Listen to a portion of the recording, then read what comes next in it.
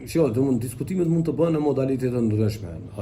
Një modalitet është nëse ka vullnet reciprok për ta zgjeruar mazhorancën për qeveri, gjithmonë nëse ka vullnet për të dyja palëve, por nuk është e domosdoshme gjithmonë për të theksoj me ndërlidh me presidentin. E dyta, nëse vazhdojnë të mbahen pozicionet e tilla opozit, atë ne duhet ta gjejmë një kompromis për presidentin e Republikës. E për këtë jemi për një figurë konsensuale, jashtëpartiake, mbi palët, që si përket askujt. Natyrisht me disa kritere të integritetit, përgatitjes së kontributit, por që nuk është, ose të paktën është jashta kësaj, le të themi, polemikave e debateve të ashpra që kanë ekzistuar në këto 2 vjet në Kosovë. Zoni Osmani nuk është një figurë e tillë, nuk është figurë konsensuale. Ajo është tashmë një politikane aktive, ka qenë barse listës së një partie politike dhe është deputete e Kuvendit të Kosovës. Prandaj, përsëris nuk është figurë konsensuale në kuadër të përpjekjes për një president të jo partijak. Dhe prandaj duhet palët të jenë konstruktive për të dhënë vendit një president që është konsensual, që nuk i përket askujt dhe që nuk shihet pozita e presidentit si mekanizëm për ta pengu qeverisjen, sepse ka një lloj tendence nga opozita në këto 18 muaj për me po pozitën e presidentit si një mekanizëm që e vështërson ose e pamundson ose e kufizon qeverisjen e vetëvendosjes. Dhe shumë gabim, sepse presidenti nuk është për me pengu qeverinë. Presidenti është brenda mandatit të vetmi për mbush përgjegjësitë kushtetuese, por në fund që presidenti e lehtëson qeverisjen e vendit. Është pa shembull çysh opozita apo e sheh pozitën e presidentit si pengim të qeverisë. Të një qeverie që ka fituar në mënyrë plebiscitare. Është herët për ta konstatuar, po e sa deklarata për media e Bedri Hamzës pas takimit të parë me kryeministrin duket shqetësuese, do thoya unë, sepse ai tha që ne do të qëndrojmë në opozitë dhe i urojmë suksese vetëvendosjes me parti tjera. Nuk është çështja këtu se a do të qëndrosh në opozitë apo jo. Edhe qëndron në opozitë, edhe është mirë që qëndron në opozitë. Nuk ka asgjë të keqe.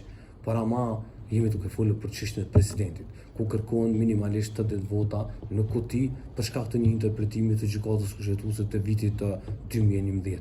Ti mund të jesh ose mund të mbesësh në opozitë, por ama kjo nuk të amniston, të shfaqson ose të përjashton nga përgjegjësia për ta zgjedhur presidentin. Sepse çështja e presidentit dhe qeverisë nuk janë e njëjta gjë. Ato kanë koinciduar në kohë kësaj here, por nuk është të thonë që të ndërlidhen. Ato do mund të ndërlidhen nëse ka vullnet politik, por ama janë 2 procese krejtësisht të ndara. Domethënë, qeveria krijohet me 61 vota dhe ne praktikisht me partnerët që kishim herën e kaluar, konsiderojmë që i kemi votat e mjaftueshme për ta zgjedhur qeverinë dhe për ta konstituar kuvendin. Por çështja e presidentit është një çështje që është jashta mazhorancës. Ne kemi përgjegjësinë për qeveri dhe për këtë natyrisht e mbajmë përgjegjësinë. Por përgjegjësia për presidentin nuk është vetëm e vetëvendosjes, nuk është vetëm e fituesit të zgjedhjeve.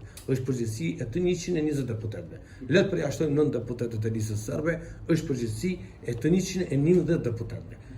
Mund të kesh qëndrim kundër për një emër, për një figurë. Mund të kesh qëndrim bllokues e refuzues për procesin. Domethënë, nuk mund të thuash që askush nuk është i pranueshëm për mua.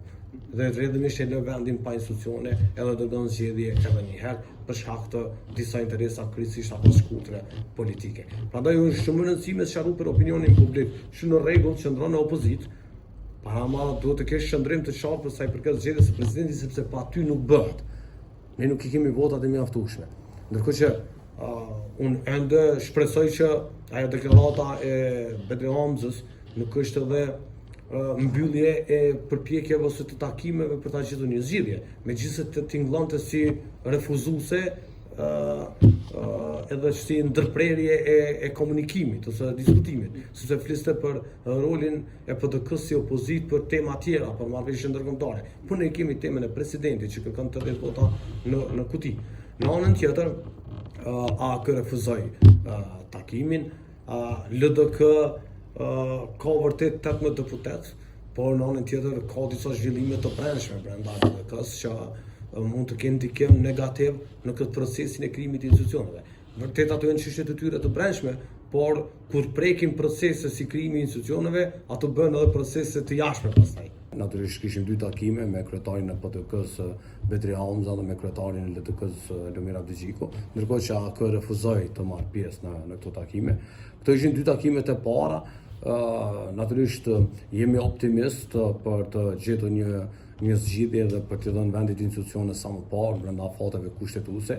Megjithatë, duhet ta theksoj që takime kishim edhe pas zgjedhjeve të 28 dhjetorit, madje disa, por nuk u konkretizuan në dakordim dhe në marrëveshje. Duhet të ketë vullnet politik nga partitë politike për të gjetur një zgjidhje.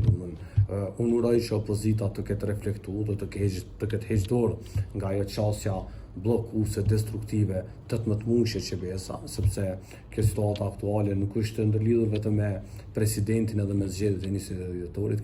Kjo ka filluar praktikisht pas zgjedhjeve të nënshkurtit të vitit kaluar. Ne kemi 18 muaj blokad, praktikisht pa institucione fuqiplota, për shkak të një qasje, do të thonë, krejtësisht të gabueshme, jo demokratike të opozitës, për ta kufizuar qeverisjen e vetëvendosjes duke mos bashkëpunuar.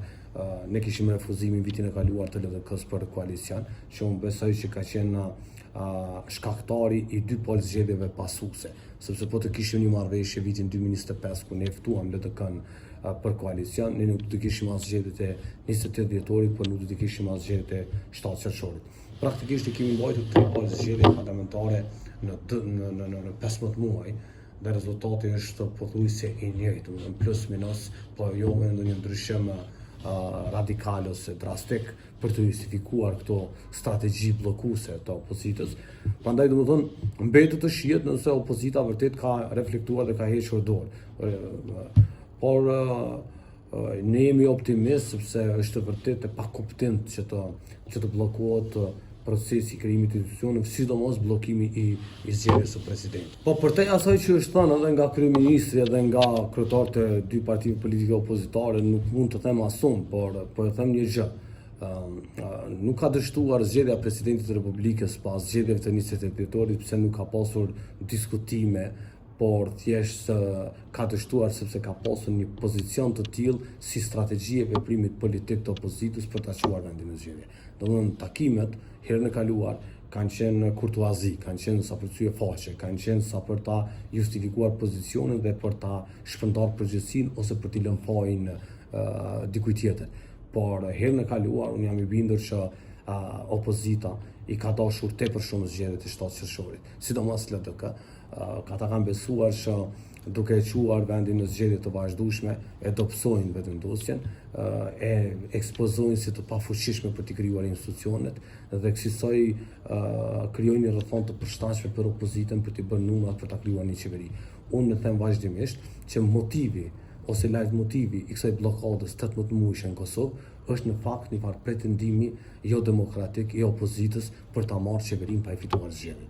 Domethënë nuk është çështja e presidentit, s'ka qenë në herën e kaluar, sepse ne presidentin nuk i kishim problem nuk i kishim në rendite pas zgjedhjeve të nënshkurtit të vitit të kaluar. Presidenti u bë pjesë e agjendës nga fillimi i këtij viti, por ne kishim edhe vitin e kaluar të humbur për shkak të bllokadës në Renon dhe në anën tjetër për shkak të refuzimit për të bashkëqeverisur me vendosje nga ana e LDK-s. Prandaj është tepër e rëndësishme dhe ajo çfarë nuk dihet është a ka ndryshuar çështja opozita, a ka vendosur që mos ta çojë më vendin në zgjedhje. Natyrisht do të ketë takime, se kur do të jenë ato nuk mund ta di, por gjithsesi që do të ketë takime, do të ketë ftesa. Në anën tjetër shikoj, në aspektin kushtetues, nga momenti i certifikimit të rezultateve të zgjedhjeve kemi 30 ditë brenda cilëve duhet të thirrë seanca konstituive dhe duhet të konstituohet kuvendi. Natyrisht datën e cakton ushtruesa e detyrës së presidentit të Republikës, por e dim tashmë që brenda këtyre 30 ditëve duhet të thirrë seanca dhe duhet të konstituohet kuvendi. Natyrisht po japmi kohë dhe mundësi bisedimeve, nuk po thirret më një herë, sepse edhe sot e nesër do të mund të mbahej kjo seanca konstituive. Unë nuk e di se kur do ta thret ushtruesja e detyrës së presidentit të Republikës, por megjithatë duket sikur po jep mundësi bisedimeve. Natyrisht nëse ka ndonjë konkretizim e arritje gjatë këtyre ditëve para seancës konstituive, do të kontribonte le të themi efikasitetit të krijimit institucioneve. Por nëse nuk ka ndonjë dakordim në këtë periudhë, natyrisht në ditën kur do të caktohet data nga ana e ushtruesës së detyrës së presidentit të Republikës, ku vendi duhet të konstituohet dhe pastaj të ecë tutje edhe me zgjedhjen e qeverisë. Po përsëri kjo nuk e bllokon procesin e gjetjes së një zgjidhje për presidentin, se pas konstituimit i kemi edhe 60 ditë tjera për presidentin. Domethënë nuk është e kufizuar te kjo data e konstituimit, por që gjithmonë duhet ta ripërsërisim, uroj që opozita të ketë heq dorë nga ideja e bllokimit të vazhdueshëm dhe nga ideja që mund ta marrë qeverinë pa i fituar zgjedhjet. Dhe e treta, ka shumë rëndësi që LDK ta kuptoj që është partia e tretë në Kosovë dhe në 3 pol zgjedhje brenda 15 muajsh është konfirmuar si partia e tretë, domethënë. Dhe si partia e tretë e ka peshën e rëndësishme në procesin e krijimit të institucioneve. Para ma je partia e tretë, domethënë, dhe e konfirmuar në 3 pol zgjedhje, domethënë. Dhe duhet të pranohet edhe nga vetë LDK ky pozicion dhe të maksimizohet politikisht ky pozicion. Si pol e tretë që ke përgjegjësinë e madhe ose edhe përcaktuese shpeshherë në procesin e krijimit të institucioneve.